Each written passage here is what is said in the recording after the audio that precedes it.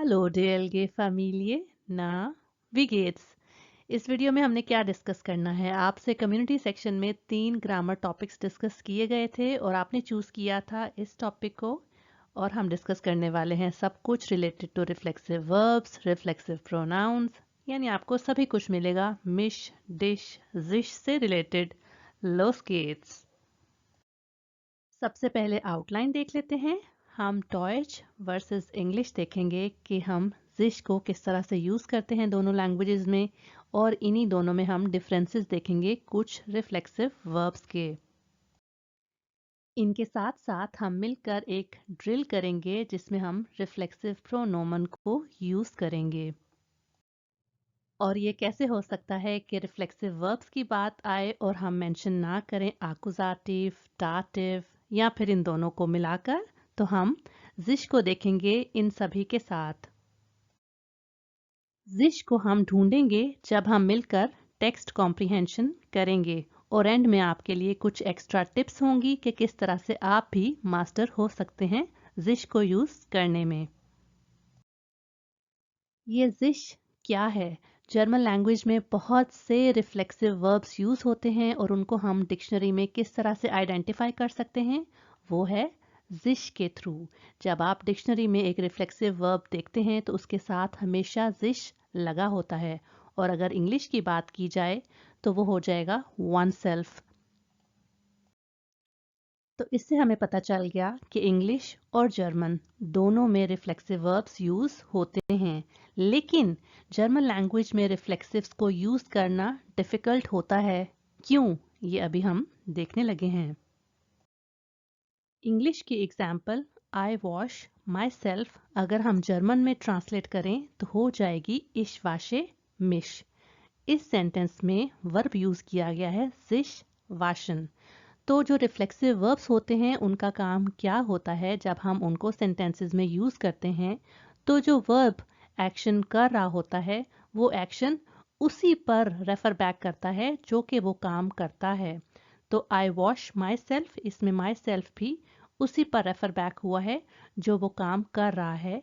तो मैं खुद को वॉश करती हूँ इश वाशे मिश। अब हम ये चेक कर लेते हैं कि आपकी जर्मन नॉलेज कितनी है। इस सेंटेंस को जो कि है आई वॉश माई हैंड्स, यहाँ पर वीडियो पॉज करके जर्मन लैंग्वेज में ट्रांसलेट करें। अगर आपने इसको इस तरह से ट्रांसलेट किया था इश वाशे मायने हैंडे, तो ये रॉन्ग है। और ये रॉन्ग क्यों है ये देख लेते हैं। क्योंकि जर्मन लैंग्वेज में आई वॉश माई हैंड्स हो जाता है इश वाशे मिया डी हैंडे। अब आप कहेंगे कि यहाँ पर तो मिश था, तो यहाँ पर मिया क्या कर रहा है?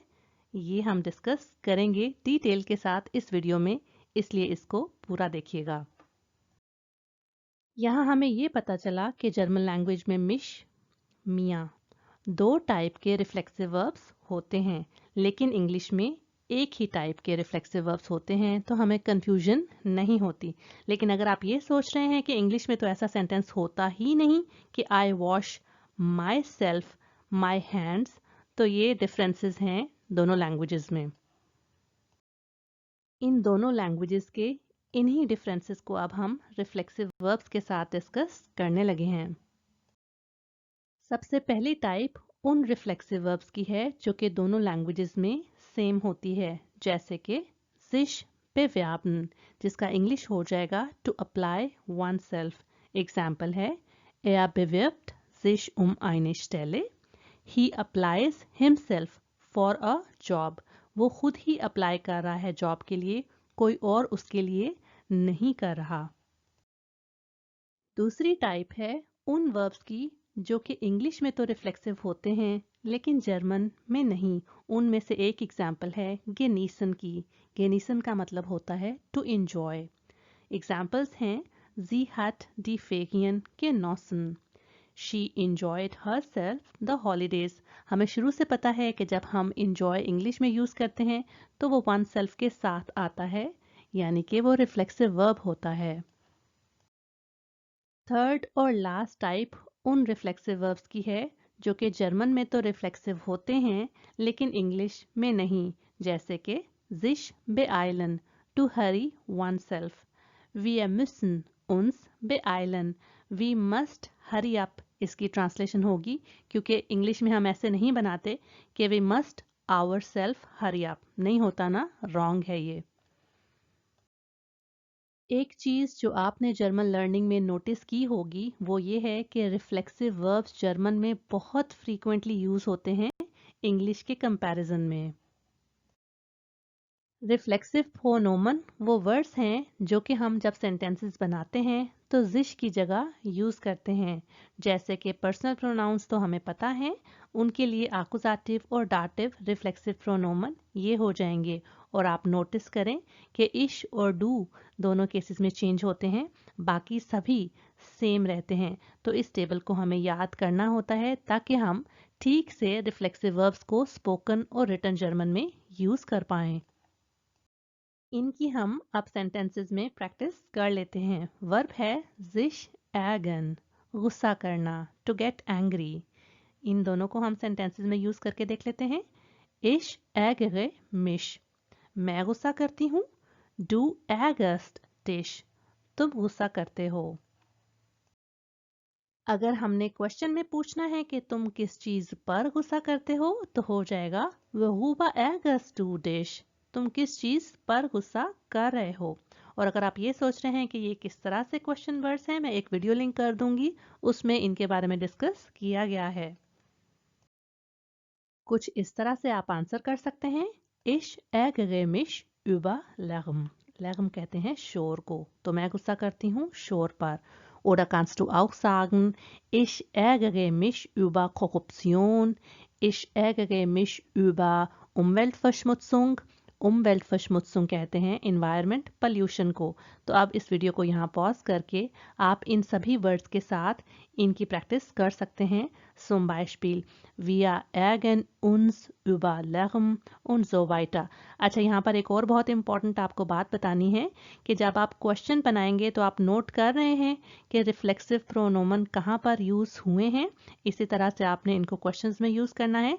लेकिन जब आप सिंपल सेंटेंसेस बनाते हैं तो हमेशा वर्ब के बाद रिफ्लेक्सिव प्रोनोमन यूज़ किए जाते हैं। कुछ और एग्जाम्पल्स हैं। Ich ärgere mich über mich selbst। अब आप सोचेंगे कि ये किस तरह का सेंटेंस है कि इसमें दो बार मिश आया है। तो एक ये जो मिश है वो है sich ärgern वाला, और जो दूसरा मिश है वो है खुद पर। तो मैं गुस्सा करती हूँ खुद पर, I get angry over my own self ना, इसका मतलब हुआ। उसके बाद है जी Ich ärgere mich über meinen Fehler, मैं गुस्सा करती हूँ अपनी गलती पर। तो आपने ये नोट किया कि über के बाद कौन सा केस आया है, गेस करें। आकुजाटिव। अब हम एक डाटिव रिफ्लेक्सिव वर्ब यूज करके कुछ सेंटेंसेस बनाएंगे जो कि है sich wünschen, to wish oneself। Ich wünsche mir eine Freundin, du wünschst dir etwas। तुम विश करते हो खुद के लिए कुछ। क्वेश्चन बन सकता है Was wünschst du dir zum Geburtstag? तुम बर्थडे के लिए क्या विश करते हो? तो आंसर कर सकता है एक 18-year-old Ich wünsche mir ein Auto। एक एग्जाम्पल नेबनजात्स की भी देख लेते हैं। Ich wünsche mir, dass ich gesund bleibe। तो आपने नोट किया कि किस तरह से हमने इश और डू के साथ मिया और डिया यूज करके डिफरेंट सेंटेंसेस बनाए हैं। इसी तरह आप इन सभी पर्सनल प्रोनाउंस के साथ डिफरेंट एग्जाम्पल्स बना सकते हैं। अब हम आकुजाटिव केस में यूज किए जाने वाले डिफरेंट रिफ्लेक्सिव वर्ब्स की एग्जाम्पल्स डिस्कस करने लगे हैं। फर्स्ट है sich beeilen, ich muss mich beeilen, I must hurry up। Second है sich erholen, to relax oneself ना, ich erhole mich im Urlaub। sich ändern, to change oneself, die Welt ändert sich। कभी कभी हम reflexive verbs को fixed prepositions के साथ भी use करते हैं। उनमें से एक है sich verlieben in, to fall in love with। Sentence हो जाएगा Sie hat sich in Mario verliebt. She fell in love with Mario. अभी जो पॉइंट हमने डिस्कस किया है कि रिफ्लेक्सिव वर्ब्स प्रेपोजिशंस के साथ भी यूज होते हैं, अब हम उनकी और भी एग्जांपल्स डिस्कस करेंगे। किस वर्ब के साथ? sich beschweren के साथ, जिसका मतलब होता है कंप्लेन करना। तो सिंपल हो जाएगा ich beschwere mich। über के साथ हो जाएगा ich habe mich über den Lärm beschwert, कि मैंने कंप्लेन की है शोर पर। अगर हमने ये कहना है कि किस से कंप्लेन की है तो उसको हम by के साथ मेंशन करते हैं। Ich habe mich bei dem Hausmeister beschwert। Modal व्यापन के साथ भी हम रिफ्लेक्सिव वर्ब्स को यूज कर सकते हैं, जैसे कि ich möchte mich über den Lärm beschweren, कि अभी मैंने की तो नहीं लेकिन मैं करना चाहती हूँ कंप्लेन शोर पर। जब हमने रिफ्लेक्सिव वर्ब्स को नेबन ज़ेत्से में यूज करना होता है तो थोड़ा सा केयरफुल होना होता है कि हम रिफ्लेक्सिव प्रोनोमन को कहाँ पर पुट करें। तो ये एग्जाम्पल है, जैसे कि ich möchte dass ich mich über den Lärm beschwere, कि मैं चाहती हूँ कि मैं शोर पर कंप्लेन करूं। तो आप नोट करें कि जब हमने मॉडल वर्ब के साथ रिफ्लेक्सिव वर्ब यूज किया था तो मेन वर्ब एंड पर चला गया था, लेकिन उसका जो रिफ्लेक्सिव प्रोनाउन है वो मॉडल वर्ब के साथ थर्ड पोजीशन पर आया था। और जब हमने sich beschweren को नेबन ज़त्स में यूज किया तो उसमें आपने नोट किया कि 10 के बाद 10 एक ऐसा वर्ड है जिसके साथ नेबन ज़त्स बनता है, और भी बहुत से जॉइनिंग वर्ड्स हैं जो कि नेबन ज़त्स से बनाते हैं, वो हम किसी और वीडियो में डिस्कस करेंगे। लेकिन यहाँ पर आप देखें कि 10 के बाद फौरन आया नॉमिनेटिव, और नॉमिनेटिव के साथ उसके अकॉर्डिंगली यूज किया जाने वाला आपने रिफ्लेक्सिव प्रोनाउन थर्ड पोजीशन पर यूज किया, और उसके बाद एंड पर जो अकॉर्डिंग टू नॉमिनेटिव आपने वर्ब को कॉन्जुगेट किया था वो एंड पर चला गया। तो अब इसको हम चेंज भी कर सकते हैं, जैसे कि er möchte dass er sich über den Lärm beschwert। इसी तरह आप डिफरेंट सेंटेंसेस भी बनाकर इसकी प्रैक्टिस कर सकते हैं ताकि ये रूल आपको जहन में फिक्स हो जाए। अब थोड़ी सी बात हो जाए ऐसे रिफ्लेक्सिव वर्ब्स की जो कि डाटिव केस फॉलो करते हैं। उनमें से फर्स्ट है जो कि हम डिस्कस कर भी चुके हैं, sich wünschen, ich wünsche mir ein neues Handy। Second है sich überlegen, to consider, du musst dir eine Lösung überlegen, तुम्हें एक सल्यूशन कंसिडर करना चाहिए। थर्ड जरा सा डिफरेंट है क्योंकि ये बनता ही एक मॉडल वर्ब के साथ है, जो कि है sich leisten können, to be able to afford। Er kann sich ein teures Auto nicht leisten। sich vornehmen, ये हमेशा डाटिव केस फॉलो करता है और इसका मतलब है प्लान करना, डिसाइड करना। Ich habe mir einfach vorgenommen, glücklich zu sein। ये Zusatz बन गया है तो मैंने सिंपली डिसाइड कर लिया है खुश रहने का। लेकिन जर्मन लैंग्वेज में कुछ रिफ्लेक्सिव वर्ब्स ऐसे भी होते हैं जो कि आकुजाटिव और डाटिव दोनों केसेस फॉलो करते हैं। अब आप कहेंगे क्या है, पहले हमने सिर्फ आकुजाटिव वाले देखे, फिर हमने डाटिव वाले देखे, अब ये नई कंफ्यूजन है कि दो दो केसेस फॉलो हो रहे हैं। लेकिन इसमें कंफ्यूजन की कोई बात नहीं, क्योंकि जब हम इस पूरी स्लाइड को डिस्कस कर लेंगे ये पॉइंट क्लियर हो जाएगा। फर्स्ट है sich waschen, जो कि हमने पहली स्लाइड में डिस्कस किया था। Ich wasche mich, aber ich wasche mir die Hände।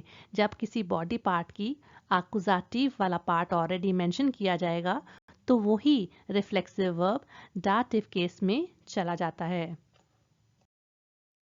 Second example भी इसी रूल को फॉलो करती है।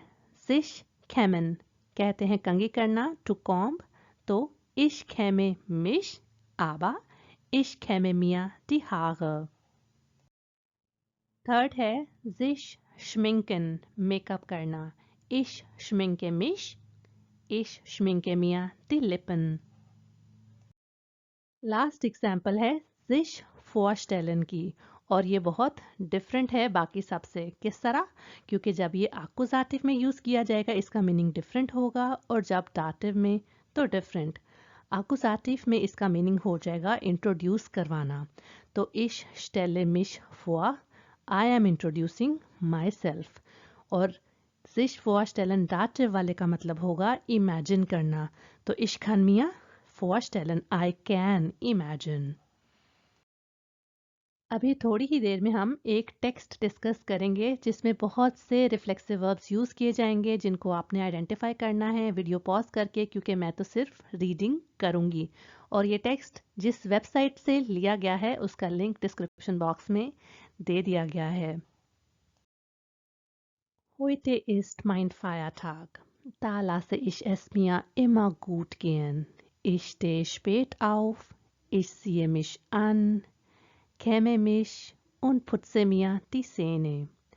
Dann setze ich mich in den Sessel und ruhe mich aus. Aber heute treffe ich mich mit einer Freundin. Ich habe mich heute Morgen geduscht und mir die Haare gewaschen. Jetzt sehe ich mich im Spiegel an. Meine Haare sind viel zu lang. Ich nehme mir eine Schere und einen Föhn. Ich föhne mir die Haare und schneide sie mir. Oh, jetzt muss ich mich beeilen, damit ich mich nicht verspäte। तो आपने note किया कि इसमें कितने सारे reflexive verbs use किए गए थे, वो देख लेते हैं। तो ये सभी रिफ्लेक्सिव वर्ब्स थे और जिनमें स्पेसेस मैंने दी हैं उसमें डिफरेंट और सेंटेंस फ्रेगमेंट्स भी आ रहे थे। जैसे कि फर्स्ट वाले में था es sich gut gehen lassen, जिसका मतलब होता है to have a good time, to do oneself well, खुद के लिए अच्छा करना कुछ। जिश आंसियन कपड़े पहनना, जिश खेमन हमें पता है कंघी करना, जिश पुट्सन सिंपल सफाई करना। तो जिश यहाँ पर यूज़ किया था डी सेने पुट्सन, तो वो डाटिव में हो गया। उसके बाद जिश सेट्सन था, जिश आउसरुअन था, आउसरुअन का मतलब होता है टू रिलैक्स, टू रेस्ट। जिश ट्रेफन, जिश डूशन, जिश वाशन हमें पता है, जिश आनजेन टू हैव अ लुक, ठीक है, शीशे में देखता है वो। जिश नेमन था, जिश फेनन था, जिश फेनन का मतलब होता है टू ब्लो ड्राई ना, बालों को खुश करना मशीन के थ्रू। फेन, डया फेन का मतलब है ड्रायर ना, हेयर ड्रायर। जिश श्नाइडन था फिर टू कट वन सेल्फ, तो यहाँ पर जिश डी हागे श्नाइडन लिखा हुआ था। उसके बाद जिश पे आइलन हमें पता है, और जिश first pattern to let oneself. तो आपने नोट किया कि कितने सारे रिफ्लेक्सिव वर्ब्स थे, इन सभी को किस तरह से राइटिंग में स्पीकिंग में यूज़ करना है, अब ये आपका काम है। जाते जाते कुछ और टिप्स ताकि आप भी जिश के मास्टर हो जाएं। जब भी आप वर्ब्स को याद करें तो ये भी नोट करें कि क्या इन वर्ब्स के रिफ्लेक्सिव तो नहीं बनते। जैसे कि वाशन है, सिंपल वाशन भी होता है, zum Beispiel ich wasche mein Auto, लेकिन sich waschen भी होता है, ich wasche mich। लेकिन जर्मन लैंग्वेज की अच्छी बात यह है कि उसमें बहुत ज़्यादा जो वर्ब्स हैं जो यूज़ होते हैं वो रिफ्लेक्सिव नहीं होते। जैसे कि ich schlafe, I sleep, ich schlafe mich नहीं होता। अच्छी बात है, राइट? एक और अच्छी बात यह है कि ज़्यादातर जो रिफ्लेक्सिव वर्ब्स होते हैं जर्मन लैंग्वेज में वो आकुजाटिव केस फॉलो करते हैं। इससे मुझे याद आया कि मैं एक और लिंक भी डिस्क्रिप्शन बॉक्स में दे दूंगी जिसमें आपको A1, A2, B1, B2 level के जितने भी इम्पॉर्टेंट रिफ्लेक्सिव वर्ब्स हैं उनकी लिस्ट और एग्जांपल्स मिल जाएंगे। तो इसकी एग्जांपल है जैसे कि ich wasche mich। और जैसे कि मैंने डिस्कस किया था कि अगर ऑलरेडी सेंटेंस में एक आकुजाटिव का पार्ट होगा तो फिर वही रिफ्लेक्सिव वर्ब डाटिव केस में चला जाएगा। अब आप कहेंगे कि क्या बार बार मैं पका रही हूँ आपको यही एग्जांपल्स दे दे के, लेकिन अच्छा है कि इस वीडियो को देखने के बाद आपको ich wasche mich और ich wasche mir die Haare oder ich wasche mir die Hände oder ich wasche mir die Füße हमेशा के लिए याद रह जाएगा। तो जब आप रिफ्लेक्सिव वर्ब्स याद कर लें, कोशिश करें कि उनको अपनी स्पीकिंग का पार्ट भी बनाएं। जैसे कि ich möchte mich für den Deutschkurs anmelden। अगर यहाँ पर आप मिश यूज़ नहीं करेंगे, समझ तो जाएगा जो जर्मन स्पीकर जिससे आप बात कर रहे होंगे, लेकिन अगर यूज़ करेंगे तो आप एक करेक्ट सेंटेंस बोल रहे होंगे। यहाँ पर वर्ब यूज़ किया गया है sich anmelden ना, टू रजिस्टर वन सेल्फ। इसी तरह आपने रिफ्लेक्सिव प्रोनोमन को स्किप नहीं करना। ये सेंटेंस इश ärgere überlegen ठीक है अगर सिंपल आप एगन को यूज करते हैं, लेकिन अगर आपने रिफ्लेक्सिव में इस तरह का सेंटेंस बनाया है तो ये रॉन्ग होगा। आपको मिश यहाँ पर ऐड करना होगा। इश ärgere mich über Lärm।